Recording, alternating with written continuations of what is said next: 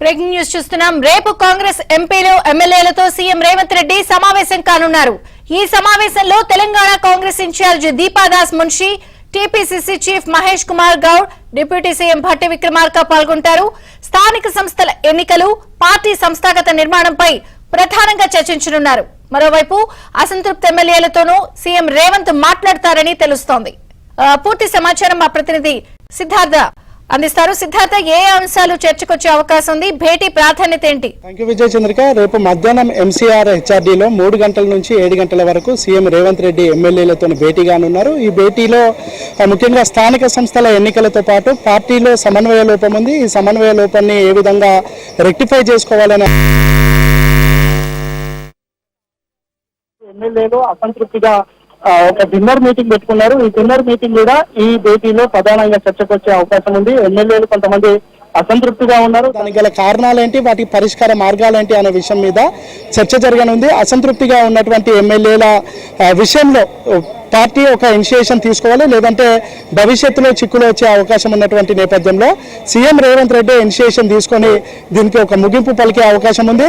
అసంతృప్తిగా ఎమ్మెల్యేలు ఎందుకున్నారు, వాళ్ళ ప్రాబ్లమ్స్ ఏంటి సీఎం తెలుసుకోనున్నారు. వాటిని ఏ విధంగా పరిష్కరించాలి అనే అంశానికి సంబంధించి కూడా చర్చ జరగనుంది. ఈ భేటీలో ఇటు సీఎం రేవంత్ రెడ్డితో పాటు party incharge Munshi, PCC chief Mahesh Kumar Goud భేటీగానున్నారు. ఈ ఎమ్మెల్యేలను ఇబ్బంది లేకుండా వాళ్ళ ప్రాబ్లంను పరిష్కరించే బాధ్యత పీసీసీ చీఫ్ మహేష్ కుమార్ గౌడ్ తీసుకొని ఉన్నారు. మొత్తానికి ఈ భేటీ తర్వాత కాంగ్రెస్ పార్టీలో ఇప్పటి వరకు ఉన్నటువంటి ఇబ్బందులు కానీ, ఈ సమన్వయ లోపం కానీ ఇవేవి ఇకపై ఉండవు అని కాంగ్రెస్ పార్టీకి సంబంధించినటువంటి నేతలు చెప్తా ఉన్నారు.